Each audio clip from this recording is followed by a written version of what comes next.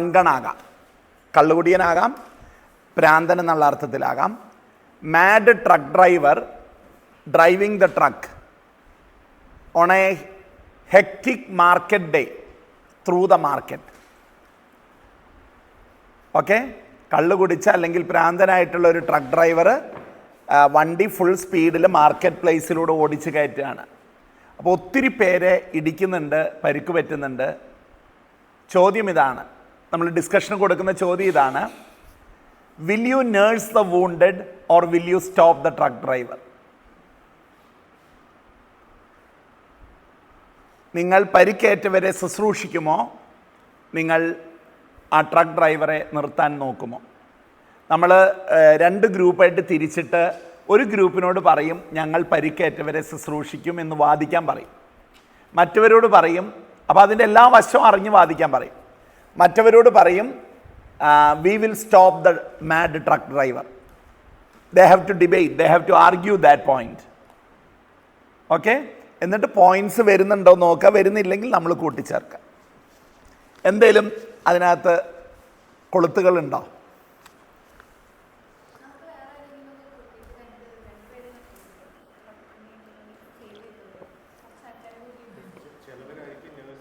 കൂടിയിട്ട്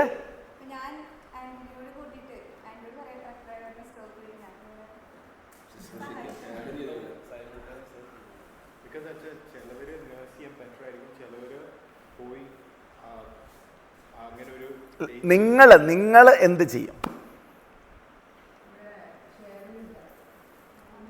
നിങ്ങൾ എന്ത് ചെയ്യും? What will you do? Will you stop the mad truck driver or nurse the wounded?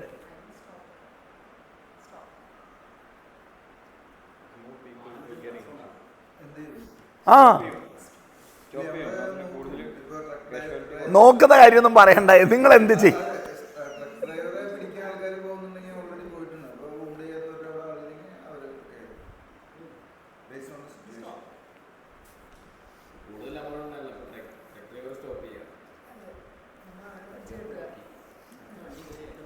എൻ്റെ ചോദ്യം ഇതാണ്: മനുഷ്യത്വം ഏതിലാണ് കൂടുതൽ? ഹ്യൂമാനിറ്റി. നീ കേട്ടോളൂ. Nursing the wounded is social service, stopping the truck driver is social action. We need both.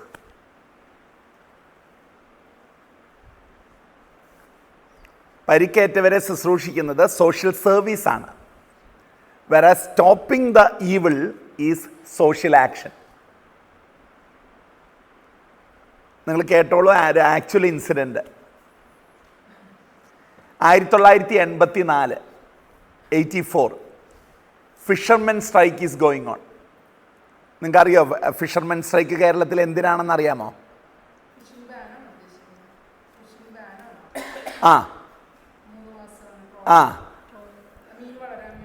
Very good. അതായത് മീനുകളുടെ പ്രജനന കാലം, what to say, breeding season of the fishes. In those times, fishing using very complicated nets should be banned. So the ban is already there in Kerala, 45 days I think. But they want it to be increased to 2 months or more. ഇതിനു വേണ്ടിയാണ് സമരം. Why? So that the fishes will come to full size and then we can fish. Here even the eggs are gathered and taken away and they will simply throw it away. അപ്പോൾ fish wealth കുറയാണ്. ഇനി കേട്ടോളൂ, Calicut most of the fisher community are from the Muslim religion. അവിടെ റോഡിൽ, തെരുവിൽ, മാനാഞ്ചിറയിൽ,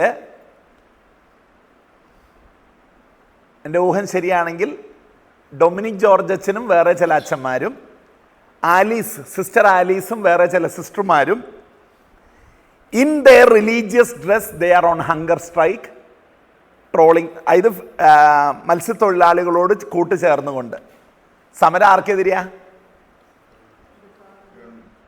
against the government. And very, very unfortunate, ആ സമയത്ത് Catholic church was with the government.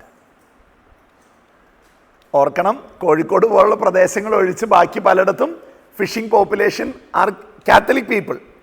In spite of that എന്തോ മനസ്സിലാവാത്ത പോലെ officially Catholic religion was with the government. അപ്പം ഞങ്ങളുടെ ഒരു അച്ഛനാണ് ഡൊമിനിക് ജോർജ്. സമരം നടക്കുകയാണ്.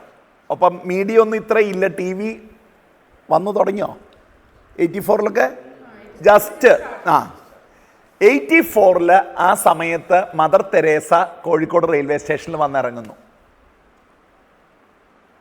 പത്രക്കാർ ചുറ്റും കൂടി. പത്രക്കാർ കൂടിയിട്ട് ചോദിച്ചത്, മദർ എന്തു പറയുന്നു ഇതിനെക്കുറിച്ച്?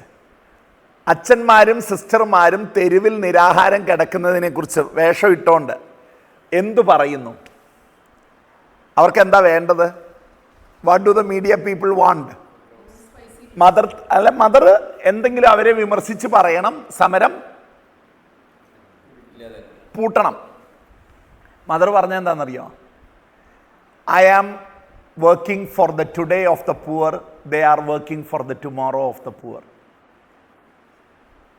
ഞാൻ പാവങ്ങളുടെ ഇന്നിനു വേണ്ടി അധ്വാനിക്കുന്നു, സോഷ്യൽ സർവീസ്. അവർ പാവങ്ങളുടെ നാളേക്ക് വേണ്ടി അധ്വാനിക്കുന്നു, social action. She did not criticize anybody. Actually, the criticism against Mother Teresa is മീനെ കൊടുത്തു, മീനെ പിടിക്കാൻ പഠിപ്പിച്ചില്ല. ഇതൊരു വലിയ വിമർശനമാണ് മദർ തെരേസയുടെ ടൈപ്പ് ഓഫ് വർക്കിന്. She gave people fish to eat. She did not teach people to fish. Mean to say she did not take care of education or teaching them what to say, trades or anything like that. Her drive was to feed, to nurse, etc. etc. പുള്ളിക്കാരിയുടെ ന്യായീകരണം ഇതാണ്: I am working for the today of the poor, they are working for the tomorrow of the poor. Okay, so mad truck ഡ്രൈവറിൽ നിന്ന് പോകുന്ന level നിങ്ങൾ കാണണം, എങ്ങോട്ടൊക്കെ എത്താം എന്നുള്ളത്. Right. ഇതേപോലെ വേറൊന്നാണ് സ്പൈഡറി വേൾഡ്. സ്പൈഡറി വേൾഡ് ഒരു കഥയാണ് വാസ്തവത്തിൽ. ആ കഥ നമ്മൾ പറഞ്ഞ് കേൾപ്പിച്ചിട്ട് അല്ലെ വായിച്ച് കേൾപ്പിച്ചിട്ട് അതിനെ അനലൈസ് ചെയ്യാണ്. കഥ എൻ്റെ കയ്യിലുണ്ട്, പക്ഷേ എവിടെയാണെന്ന് അറിയില്ല. സംഭവം ഇതാണ്: